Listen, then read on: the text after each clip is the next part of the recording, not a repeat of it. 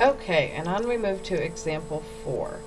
Example 4 says we need to solve x to the 5/4 power is equal to 243. So again, I'm just going to go ahead and jot that down here so we have it to work with. So x to the 5/4 power is equal to 243.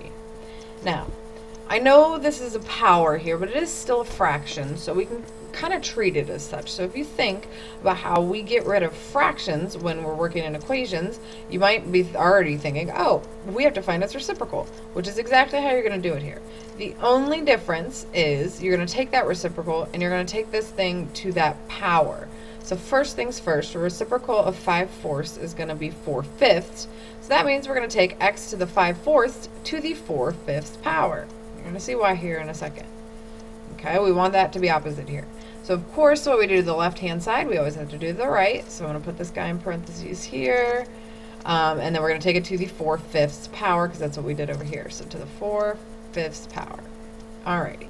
So what happens here is, well, we have a power to a power, so we know by our exponent rules that means we need to multiply those.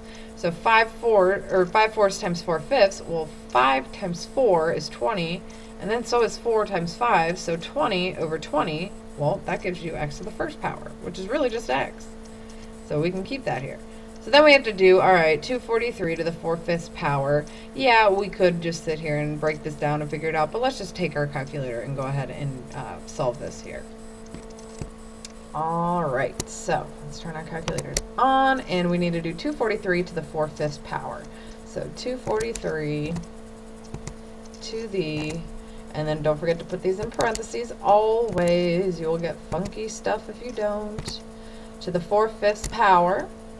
We hit enter, and oh, that's nice. It's a nice round number. It's 81. So we know x to the 1st power is equal to 81, which really is just x equaling 81. We don't need that 1st power. So either way you want to write it, I don't like having the power there, but our answer here is 81.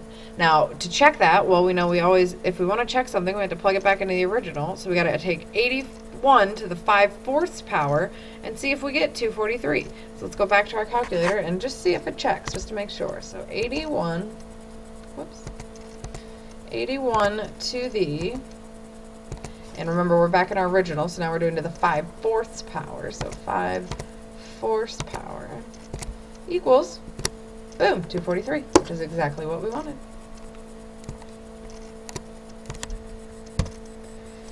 Alrighty, example 5 here says, Kepler's third law states that the ratio of the squares of the periods in any two planets equals the ratio of the cubes of their mean distances from the sun. Okay, I don't know how Kepler figured that out, but apparently that's what he found out. Alright, so we're going to use that here, and it says if the periods of two planets are little t and big T, and their mean distances from the sun are little d and big D, respectively, then the equation that he came up with, well, the squares of their periods, so we say squared squared, and it's a ratio, so that's why we put t squared over t squared here, equals the cubes of their mean distances, so d cubed over little d cubed, okay? So of course this is representing our bigger planet, the big T's and the big D's, and then down here we're representing our smaller planet, and that's why they're both downstairs.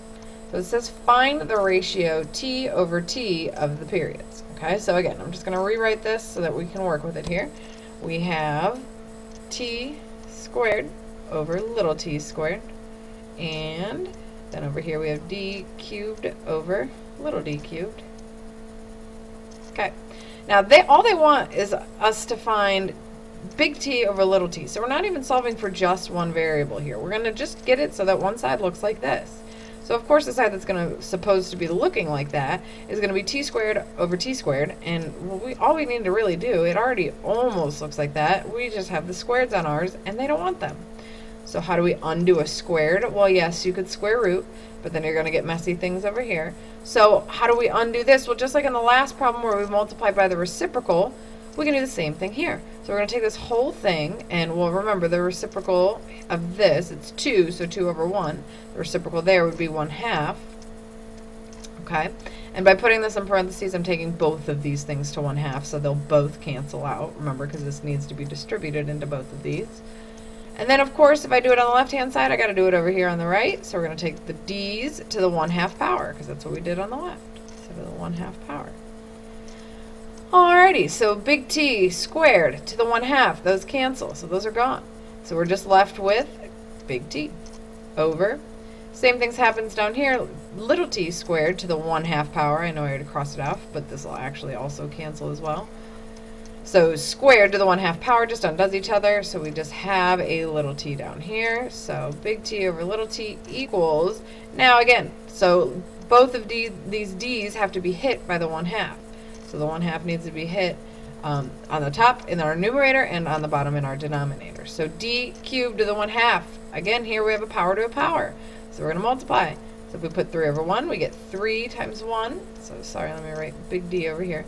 3 times 1 gives you 3 on top, so 3 over, and then 1 times 2 on the bottom gives you 2 on the bottom. So 3/2 is our resulting exponent over here. And then over, of course, we need little d down here.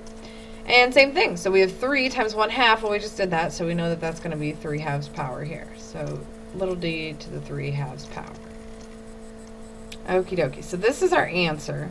So what does that mean? Well, all it really means, now we could rewrite this actually to make it a little bit simpler.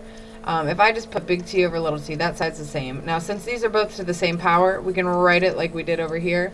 If we wanted to, these are going to be equivalent expressions here, but put these in parentheses, so big D to the, or I'm sorry, big D over little d, all to the 3/2 power. Okay, either way you want to write it, it's going to say the same thing here. So remember t, well, let's see, go see what t was again. So the periods of the two planets, so this is saying the ratio of the periods of the planet is equal to the ratio of the mean distances to the 3/2 power. So it's 3/2 power the ratio of the mean distances from the sun. And that's all we have for this evening, so just make sure you come to class prepared tomorrow to work on rational exponents. Good night.